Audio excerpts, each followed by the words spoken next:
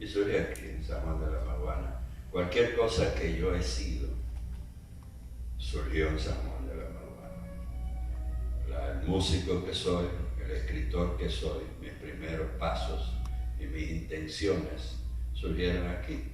Yo recuerdo que mis amigas del colegio, con su noviecito, me pedían que les escribiera las cartas. Muchos años después leía, creo que a Rulfo conversar algo así, que él hacía eso mismo. O sea, la posibilidad de escribir, de poner dos palabras con sentido, es algo que tú adquieres. La posibilidad de desarrollar eso es una decisión tuya. En tanto, si músico o escritor, lo único que puedo aclarar es que son dos disciplinas distintas y que por lo tanto tú tienes que trabajar las dos. Para tocar saxofón hay que practicar con la mayor frecuencia que tú puedas, o la flauta. Para escribir, básicamente hay que leer y escribir constantemente. Mi vocación o habilidad de escritor empieza hace más años que los 29 que publico. ¿Te parece bien? Sí. Bueno, a propósito de esta pregunta que tú hacías, Valentín, yo tengo una pregunta. Siempre he visto en la narrativa de César Lanús a un tipo atrevido. Y cuando digo atrevido es porque se atreve a romper cánones, se atreve a hacer rupturas. Y yo pregunto a César, ¿tú estás consciente de que rompes los cánones de la estructura tradicional del relato? Porque yo pienso en Quiroga cuando leo tus cosas y lo criticado que fue Quiroga por aquello de empezar por el final. ¡Qué perros aquellos! Amigos míos, qué perros. Entonces, cuando leo tus cosas, veo eso. ¿Es consciente o te sale de forma natural? Aquí,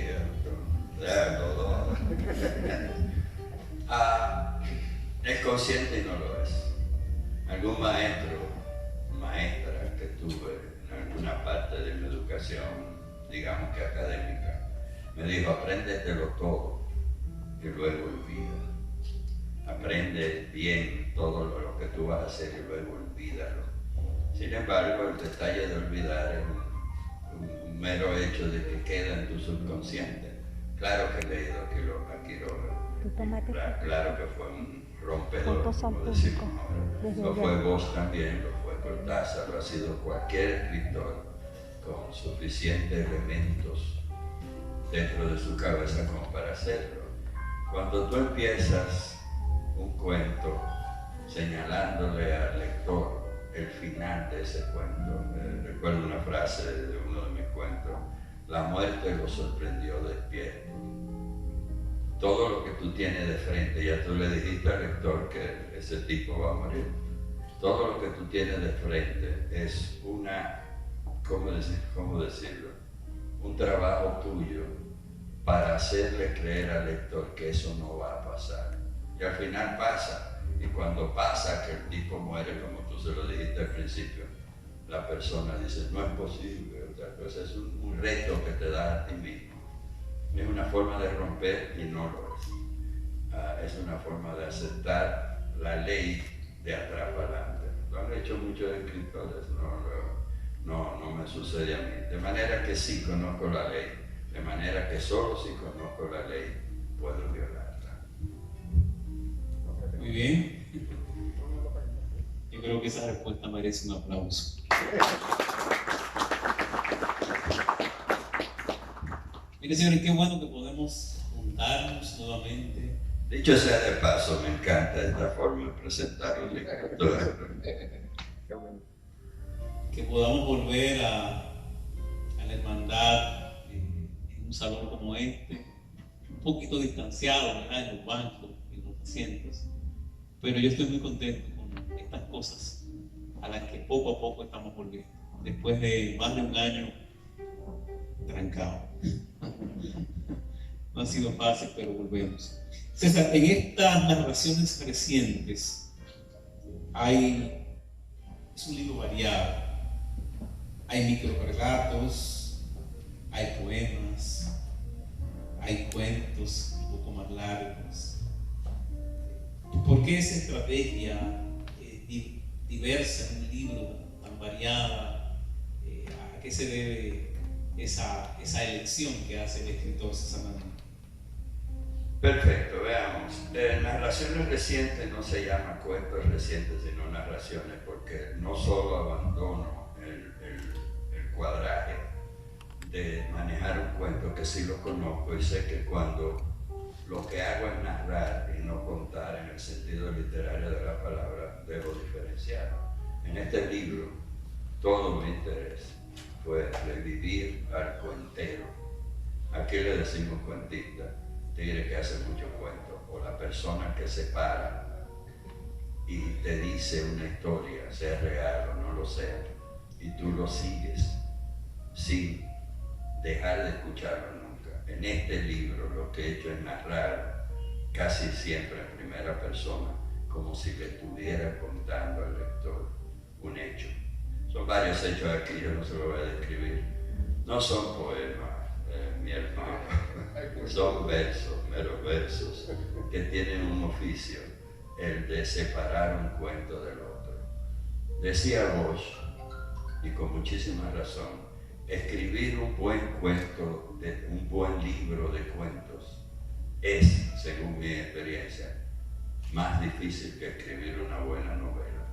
Resulta que los cuentos no son en un libro de cuentos, un cuento no sigue al otro, o sea, son historias totalmente apartes, y cuando el lector se enfrenta o la lectora a ello, debe estar limpio de cabeza, debe haberse olvidado del anterior, o por lo menos dejarlo a un lado, y seguir la lectura del próximo cuento, que puede relacionarse, pero que generalmente no se relaciona.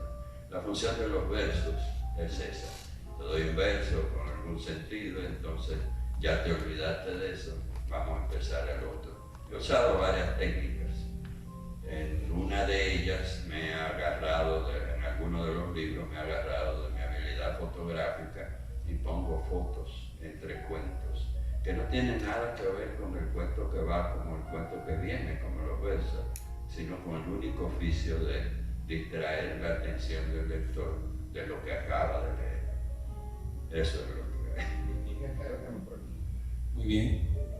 Bien, gracias César. Y coincido en una de las respuestas que daba César a mi pregunta sobre este atrevimiento, ¿no?, de esa ruptura, y ver incluso en algunas de las obras que ya no es solo adelantar el final, sino utilizar la técnica de a media res, como el cine, es decir, y los retrocesos en narrativa a mí me parecen geniales. Son de las cosas que yo creo que a veces en mis trabajos imito un poco a César.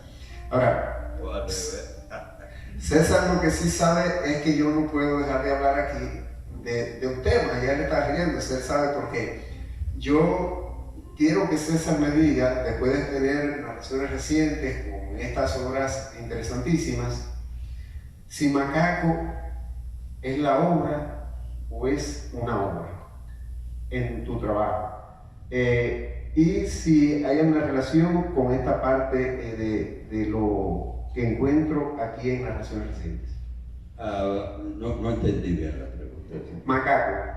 El libro Macaco. Macaco, esa narración, ¿es la obra o es una obra más entre lo tuyo? Y si hay una relación con estas narraciones que tú presentas acá. Habría dos respuestas para eso. Mejor todavía, 2 por 1. Mi opinión personal y la opinión de quienes leen, que es que uno no siempre sabe. Resulta que si me pusiera a escoger yo, diría que Macaco es mi mejor obra hasta ahora. Si me pusiera a escogerlo yo no puedo decir que es la mejor que yo vaya a escribir. Si lo dijera el lector y las lectoras a las que me han llegado, parece ser que narraciones recientes. Entonces he dado esas dos respuestas. Ustedes, cuando lo lean, decidirán. Lo que pasa es que no tienen a Macaco, debemos traerlo aquí. Sí, así es. Dejo a Valentín para otra pregunta, Valentín. Quiero leer algo que está en Narraciones Recientes. Dice 1. Hoy prendí todas las luces, abajo, arriba, la del patio y la del frente, el baño, las habitaciones. Hoy prendí todas las luces y las dejé viciosamente prendidas, a ver si se contagia mi apagado interior. 2. Si solo la luz de tus ojos, cuando me miras. Poemas con poesía. Un aplauso, me encanta ese penúltimo verso, genial. Adelante. Eso es lo que ustedes se van a llevar cuando compren el libro ahorita. Eso, para leerlo antes de acostarse, para convencer a la amada que a veces se enoja. O al amado. O al amado. Adelante. Y que le diga después, mira, ese hombre te imita cuando lee. No, resulta que, aunque él no se diera cuenta ahora, es el inicio del cuento que sigue. Es un poco jugar con esos elementos, porque el cuento que sigue es posiblemente la única vez en este libro que uso el verso ligado al próximo cuento. Y el que viene es un cuento. Yo no lo voy a leer ahora, pero sí se lo digo para que... En realidad no soy poeta. Y a menudo mis amigos poetas un poco no lo entienden. Y a veces ni siquiera tengo la posibilidad de captar la poesía como se escribe hoy. En mi oficio de cuentista, que decidí ser cuentista y no novelista ni tampoco poeta, el manejo de las metáforas puede ser muy problemático. En mi oficio, sobre todo el cuentista que soy yo, trato por todos los medios de no utilizar metáforas, excepto las que el propio cuento te pide. Para la poesía, la metáfora es fundamental. Por lo tanto, cuando escribo un verso, si, como en este caso, no tiene que ver con el cuento, en general tendrá que ver con alguna relación, pero no es, bueno, es poesía, yo no puedo negarlo, pero basada en elementos de un no poeta. Es todo lo que puedo decir a mi defensa. Se acepta la respuesta. Ahora, una de las cosas que más disfruto de la obra de César, y que seguramente ustedes también, los que ya han leído el libro y los que van a leerlo, van a tener esa dicha, es la intensidad narrativa. Y me acerca un poco a la narrativa de un extraordinario, para mí uno de los mejores novelistas cubanos del siglo XX, que es Guillermo Vidal. ¿Cómo logra César, en qué momentos, quizás si depende del momento en que escribes, logra esa intensidad en la narrativa, que al menos nosotros lo que tenemos quizá un poco de esa sangre rápida nos gusta mucho? Bien, ahí viene una respuesta ligada a otra anterior. ¿Cuál es el músico? ¿Cuál es el escritor? Hay concatenación en ambos elementos, absolutamente, para ser, ¿cómo diríamos?, intenso, para lograr captar a un lector en la primera frase y luego no soltarlo un minuto, que siga todo lo que está leyendo. Tú debes tener noción clara del ritmo. Y el ritmo es aplicable a la música, como es aplicable a la literatura. Entonces lo que hay ahí es ese conocimiento y esa necesidad de mantener el ritmo. El ritmo te lo da el mismo cuento, tú vas, y mientras más musical en algunos momentos, mucho más efectivo, o es por lo menos lo que yo he comprobado. Recuerden siempre que lo que estamos hablando ahora es del cuentista que soy yo. Mis leyes no son necesariamente las leyes de las otras personas, son las mías, las que aplico y las que pueden ser efectivas. Ahora bien, tú hablas de intensidad, yo hablo de ritmo y música, pero estos muchachos no han leído los cuentos.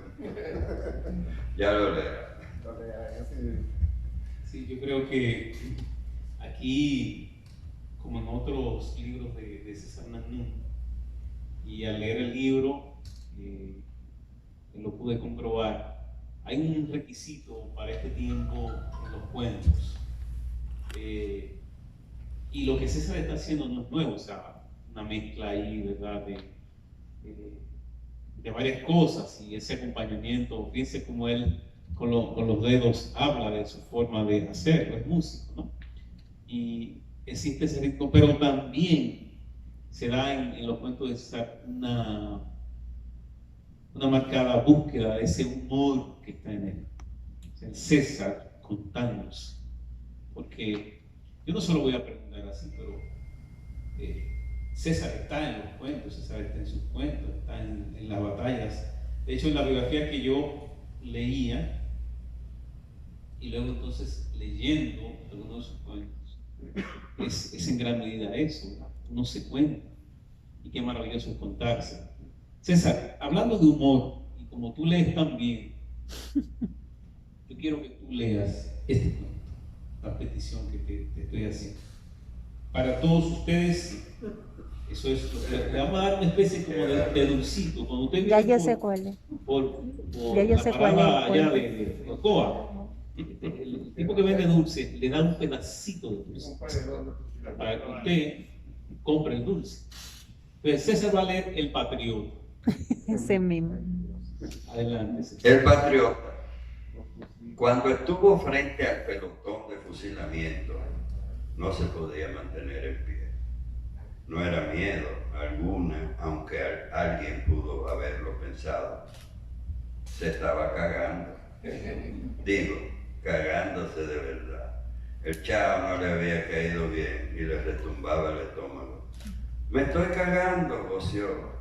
Pero la gente que se aglomeraba pensó que decía algo como abajo el gobierno o cosas así, mucho más de su estilo, y se escucharon aplausos y vítores.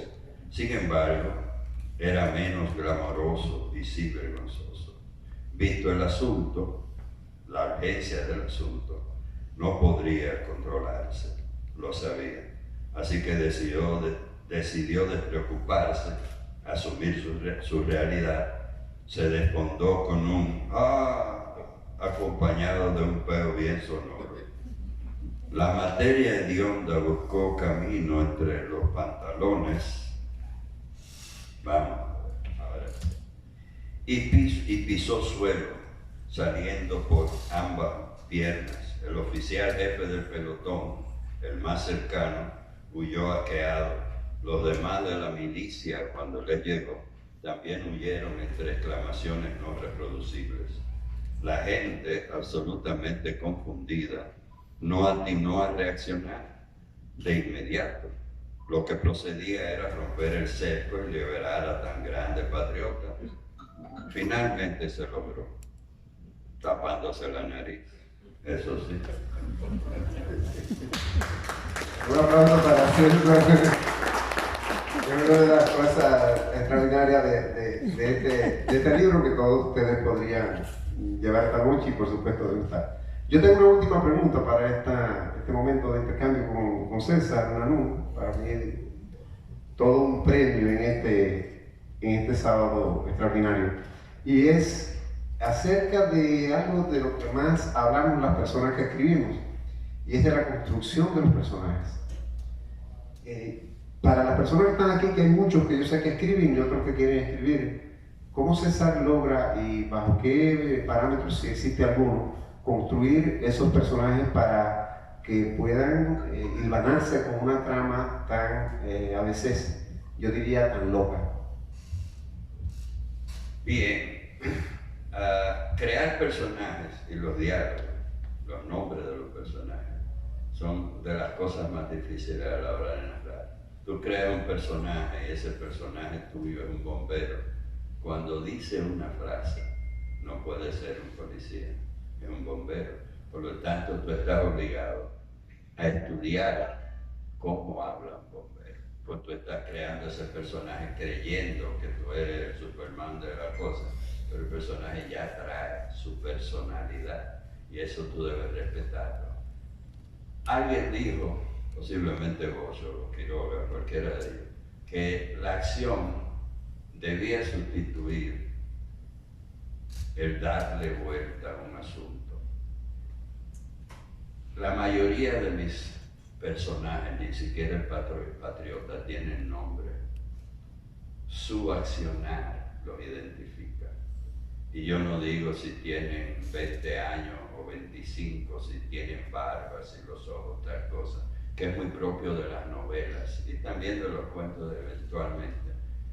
El hecho de dejar de describir así y dejar actuar al personaje te va a dar una mejor observación para el que está leyendo. De manera que la mayoría de mis personajes no tienen nombre. Habrá 2 o 3 libros, 2 o 3 cuentos donde ese nombre existe. Y si existe, tiene una función específica. Ahora, si se llama Marcelo, va a ser siempre Marcelo. Si se llama Luis, será siempre Luis. Depende de la calidad que uno determine. Una de las cosas que más trabajo le pasa a la gente que narra es crear un personaje y que ese personaje sea al principio del cuento igualito que al final. Muchísima gente se confunde en eso. Trato siempre de no confundirme. ¿Eso te satisface? Bueno. Muchas gracias, César. Y creo que marcas muy bien todo lo que es la distancia que debe existir entre novela y cuento muy bien. No sé si Valentín tiene alguna otra pregunta. Me inquietó hablar de Quiroga, hablar de Bosch. Cortázar dice, todo esto que hay personas acá que escriben cuentos, y también una curiosidad que tengo. Cortázar dice, mis dioses están en la tierra,